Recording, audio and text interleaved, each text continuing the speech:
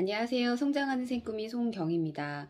어제 MF케어 프리미엄 독서 모임에서 로버트 기요사키의 부자 아빠의 자녀 교육법이라는 책을 가지고 대표님과 PD님들과 인사이트를 나누었습니다.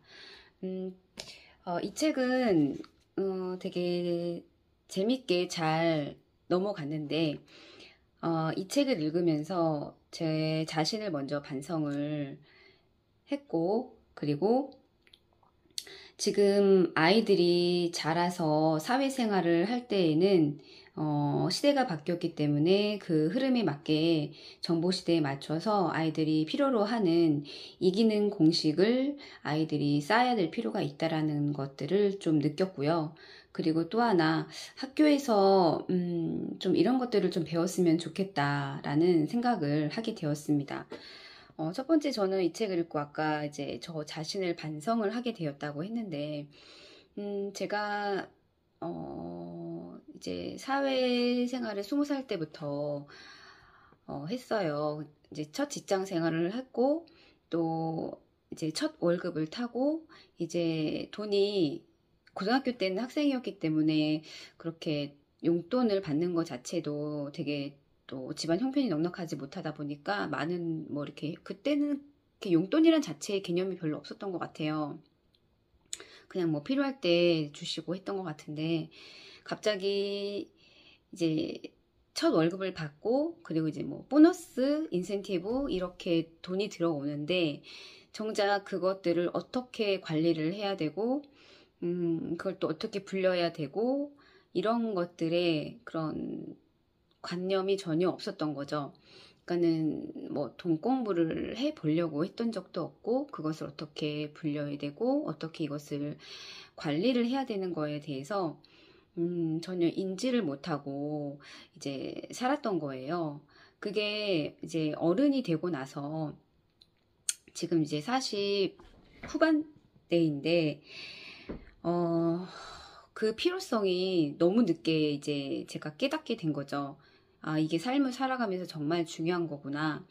그래서 돈 공부해야 되겠구나. 그리고 이런 경제관념에 대해서도 알아야 내가 누구한테 휘둘리지 않고 또 의지하지도 않고 혼자서 또 자립할 수 있는 그런 힘을 가질 수 있겠구나라는 생각을 요 근래 또 하던 찰나에 또 이렇게 좋은 교육을 통해서 저희가 이런 뭐 독서 모임이지만 이런 이 안에서 저희가 돈 공부도 하고 경제 이런 관념에 대해서도 공부를 하고 또 인문학적인 것도 공부를 하고 있거든요. 그렇다 보니까 여러 가지로 타이밍이 절묘하게 맞아 떨어졌고 되게 필요한 공부를 제가 느낀 거죠. 그래서 이런 뭐 돈 공부도 안 했고 금융 지식도 없었고 경제관념이 없다 보니까 삶에 있어서 좀 헛똑똑이었던 것 같아요. 예. 그래서 나이는 먹었지만 그런 것들을 교육의 필요성 저 또한 아니라 지금 또 자라나는 아이들한테도 굉장히 필요한 것 같아요. 아이들이 사실 요즘에 현금을 어떻게 거스름돈이 뭐 이렇게 얼마를 현금을 주고 왔다 갔다 할 때 그런 돈의 관념이 별로 없어요. 얼마를 이렇게 현금을 만지는 그런 경우가 거의 없거든요. 하다못해 요즘은 다들 이제 카드를 주고 그 카드를 쓰다 보니까 저 역시도 이 현금을 쓸 때와 이 카드를 쓸 때의 느낌이 조금은 다르거든요. 근데 이제 아이들은 그런 것조차 경험하지 못하다 보니까 이 돈이 진짜 어떻게 보면 이 카드가 마르지 않는 셈인 거거든요. 그래서 아이들한테도 정말 돈 공부가 필요하고 이런 경제관념이 필요하겠구나라는 생각을 한 번 더 느꼈던 것 같습니다.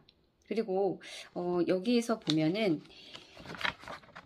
어, 당신의 아이는 나이 30에 퇴물이 될지도 모른다고 해요. 이 말을 듣고 저는 이런 교육을 통해서 들었기 때문에 이 챕터를 봤을 때 어느 정도 이해가 됐거든요. 아, 그래. 이러기 위해서는 우리 아이들이 이기는 공식을 가지고 있어야 되겠구나라는 생각을 했어요. 왜 태물이 될지도 모르냐면은, 평생 한 직장에서 일한다는 거를 되게 당연시 생각을 하고 있잖아요. 저 역시도 그랬었고, 근데 이제 아이들이 이제 자라서 사회에 나갔을 그 시대에는 이 정보 시대가 막 들어오면서 아이들이 시시각각 변하는 이 사회에 대해서 적응을 할 수 있어야 된다고 해요. 그래서 이 시대의 아이들은 한 직장에서 오래 머무는 것이 아닐 수 있다라는 그것들을 좀 알려줘야 될 필요성을 느꼈고, 그러기 위해서는 저는 최종 목적지는 세일즈라고 생각을 했어요. 사실, 저도 이런 교육을 들으면서, 아, 정말 인생은 세일즈구나, 라는 생각을 했거든요.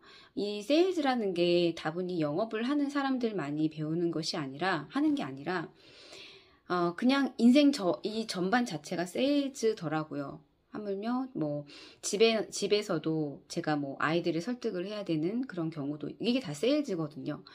또 설득해야 되고, 리더십을 발휘해야 되고, 그리고 소통을 해야 되고, 또 심리를 또 알아야 되고, 이런 것들이 다 전반적인 세일즈의 기본 요소이기 때문에 아이들이 더 이런 것들을 알게 되면 좋겠다라고 생각을 했습니다.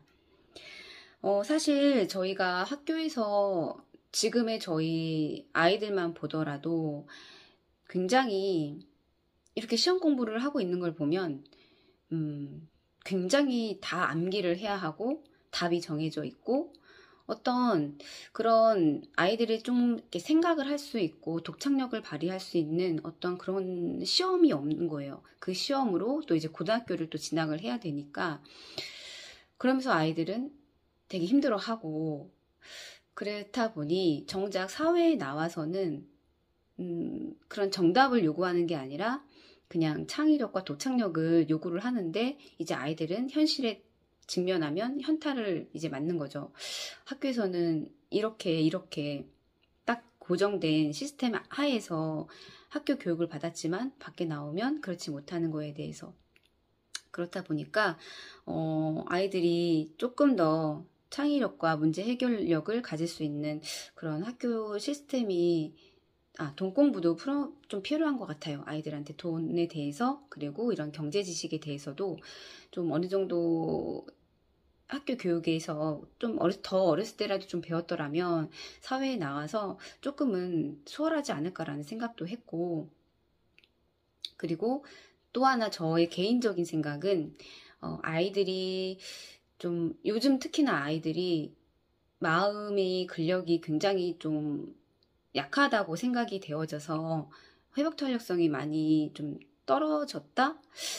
개인적으로는 그래서 회복 탄력성을 높일 수 있는 그런 마음을 튼튼하게 근육을 키울 수 있는 그런 교육이 조금 첨가가 됐으면 좋겠다라는 생각을 개인적으로 했어요. 그래서 이런 전반적인 고정된 그런 학교 교육도 좋지만 저는 추가로 교육에 플러스가 된다면 이런 돈공부, 경제관념적인 거 그리고 이런 회복 탄력성에 관한 이런 교육이 조금 더 추가가 되면 이 아이들이 나중에 사회에 나와서 일을 할 때 조금은 덜 힘들지 않을까라는 생각을 하게 된 것 같아요.